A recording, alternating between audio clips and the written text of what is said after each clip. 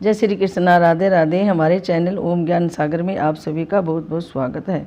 आज हम आप सभी के लिए लेकर आए हैं नारियल के बारे में। नारियल की कैसे उत्पत्ति हुई ये सभी हम आपको बताएंगे।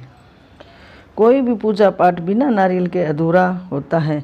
हमारे हिंदू धर्म में इसका विशेष महत्व बताया गया है।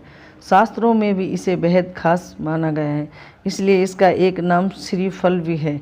लेकिन क्या आपको पता है कि ये कहाँ से आया और धार्मिक कामों में इसको क्यों इतना महत्व दिया गया है? तो चलिए आज हम आप जानते हैं, आपको बताते हैं कि ये कहाँ से आया और कैसी इसकी उत्पत्ति हुई। मान्यताओं के अनुसार नारियल की उत्पत्ति महर्षि विश्वामित्र के द्वारा की गई थी। इसकी प्राचीन काल के राजा सत्यव्रत से जुड़ी हुई है। सत्यव्रत एक प्रतापी राजा थे जिनका ईश्वर में भरपूर विश्वास था। सब कुछ होने का बाद भी उनकी ये इच्छा थी कि वे किसी भी प्रकार से पृथ्वीलोक से स्वर्गलोक जा सके, परंतु वहाँ कैसे जाए ये सत्यव्रत नहीं जानते थे। एक बार महर्षि विश्वामित्र तपस्या के लिए अपने घर से काफ़ी दूर निकल गए थे और लंबे समय से वापस नहीं आए। उनके पीछे से क्षेत्र में सूखा पड़ गया और उनका परिवार भूखा प्यासा भटक रहा था। तब सत्यव्रत ने उनके परिवार की सहायता की और उनकी देखरेख की जिम्मेदारी ली। तब ऋषि विश्वामित्र जी वापस लौटे तो उनके परिवार वालों ने राजा की अच्छाई बताया। वे राजा से मिलने उनके दरबार पहुँचे, उनका धन्यवाद किया। शुक्रिया के रूप में राजा ने ऋषि विश्वामित्र द्वारा उन्हें एक वर देने के लिए निवेदन किया। ऋषि ने भी उन्हें आज्ञा दी। तब राजा बोले कि वह स्वर्गलोक जाना चाहते हैं। अपने परिवार की सहायता का उपकार मानते हुए विश्वामित्र ने जल्द ही एक ऐसा मार्ग तैयार किया जो सीधा स्वर्गलोक को जाता था। राजा सत्यव्रत बहुत खुश हुए और उस मार्ग पर चलने हुए। जैसे ही स्वर्गलोक के पास पहुँचते ही स्वर्गलोक के देवता इंद्र ने उन्हें नीचे की ओर धकेल दिया। धरती पर गिरते ही राजा ऋषि विश्वामित्र के पास पहुँचे और सारी घटना बताई। देवताओं के इस प्रकार व्यवहार से विश्वामित्र जी भी क्रोधित हो गए, परंतु स्वर्गलोक के देवताओं से बातचीत कर हल निकाला गया।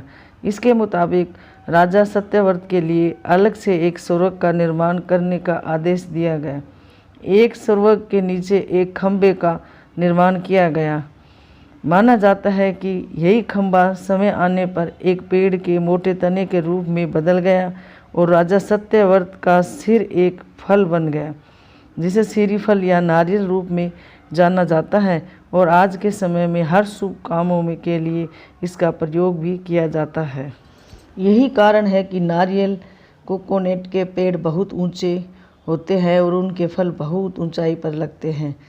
कथा अनुसार पृथ्वी और स्वर्गलोक के मध्य लटके होने के कारण राजा सत्यव्रत को न इधर का न उधर का उपाधि दी गई। यही थी नारियल के जन्म की रोचक कहानी। हिंदू धर्म में नारियल को बहुत शुभ माना जाता है, इसलिए अधिकतर मंदिरों में नारियल फोड़ने या चढ़ाने का रिवाज है। धार्मिक मान्यताओं के अनुसार हिंदू धर्म के लगभग सभी देवी देवताओं को नारियल चढ़ाया जाता है। कहते हैं किसी भी कार्य को शुभ करने से पूर्व नारियल फोड़कर भगवान को चढ़ाना शुभ होता है। पूजन की सामग्री में भी नारियल अहम होता है। कोई भी पूजा बिना नारियल के अधूरी मानी जाती है कि भगवान को नारियल चढ़ाने से जातक के दुख दर्द समाप्त होते हैं और धन की प्राप्ति होती है। प्रसाद के रूप में मिले नारियल को खाने से शरीर की दुर्बलता दूर होती है। माना जाता है कि विष्णु भगवान पृथ्वी पर अवतरित होते समय माँ लक्ष्मी नारियल का वृक्ष और कामधेनु अपने साथ पृथ्वी पर ले आए थे। नारियल के पेड़ को कल्प वृक्ष भी कहा जाता है, जिसमें त्रिदेव ब्रह्मा विष्णु और महेश का वास होता है। भगवान शिव को भी नारियल बहुत प्रिय है। नारियल पर बनी 3 आँखों की तुलना शिवजी के त्रिनेत्र से की जाती है, इसलिए नारियल को बहुत शुभ माना जाता है और पूजा पाठ में प्रयोग किया जाता है। माना जाता है कि एक बार ऋषि विश्वामित्र ने इंद्र से नाराज होकर दूसरे स्वर्ग की रचना करने लगे, लेकिन वह दूसरे स्वर्ग की रचना से असंतुष्ट थे। फिर वे पूरी सृष्टि ही दूसरी बनाने लगे। दूसरी सृष्टि के निर्माण में उन्होंने मानव के रूप में नारियल का निर्माण किया। इसलिए नारियल के खोल पर बाहर 2 आंखें और एक मुख की रचना होती है। एक समय में हिंदू धर्म के मनुष्य और जानवरों की बलि एक समान बात थी। तभी इस परंपरा को तोड़कर मनुष्य के स्थान पर नारियल चढ़ाने की प्रथा शुरू हुई। पूजा में नारियल फोड़ने का अर्थ ये होता है कि व्यक्ति ने स्वयं को अपने इष्ट देव के चरणों में समर्पित कर दिया और प्रभु के समक्ष उनका कोई अस्तित्व नहीं है। इसलिए पूजा में भगवान के समक्ष नारियल फोड़ा जाता है। नारियल को शुभ फल माना जाता है। इसे श्रीफल के नाम से भी जाना जाता है, जिसमें श्री का अर्थ लक्ष्मी है। नारियल को देवी लक्ष्मी और भगवान विष्णु का फल माना जाता है। इसलिए हर शुभ काम को करने से पहले नारियल फोड़ा जाता है। पुरानी मान्यताओं के अनुसार जब भगवान विष्णु ने धरती पर अवतार लिया था तो अपने साथ वो लक्ष्मी, कामधेनु और नारियल का वृक्ष अपने साथ लाए थे। नारियल में ब्रह्मा, विष्णु और महेश का वास माना गया है। इसलिए देव को नारियल चढ़ाने से आपकी सभी धन की समस्याएं नष्ट हो जाती हैं। ऐसा माना जाता है कि नारियल का सेवन करने से शरीर की दुर्बलताएं खत्म हो जाती है और शरीर मजबूत बनता है। किसी के जीवन में बहुत कठिनाइयाँ आ जाती है तो कहते हैं कि उसका शनि भारी चल रहा है, अर्थात उनके जीवन में शनि का छाया पड़ चुकी है। इस छाया को दूर करने के लिए एक नारियल, जौ और काले उड़द की दाल लेकर अपने सर के ऊपर से 7 बार घुमाकर बहते पानी में प्रवाहित कर दें। अगर आप पर किसी तरह की विपत्ति समस्या आ गई है और तमाम कोशिशों के बाद भी वो नहीं उतर पा रही है तो एक उपाय करने से ये सारी समस्याएं टल सकती हैं।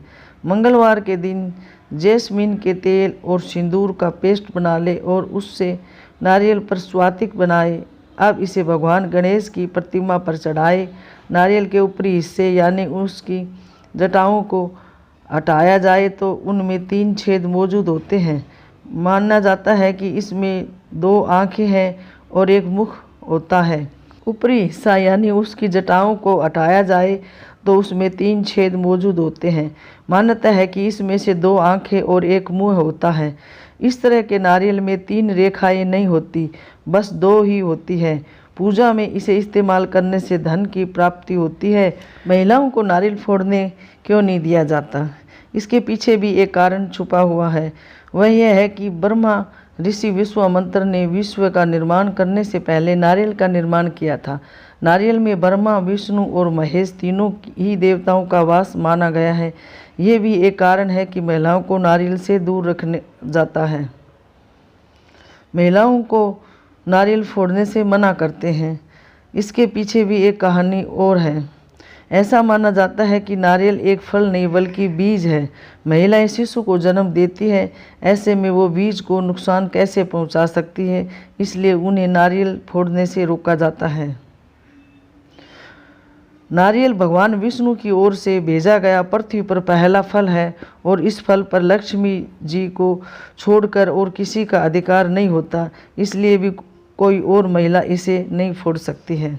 कैसी लगी हमारी कहानी हमें कमेंट करके अवश्य बताएं और हमारे चैनल ओम ज्ञान सागर को सब्सक्राइब ज़रूर कीजिए। वीडियो को लाइक और सभी के साथ ज़्यादा से ज़्यादा शेयर करें और भी ऐसी कहानी हम आपके लिए लेकर आएंगे।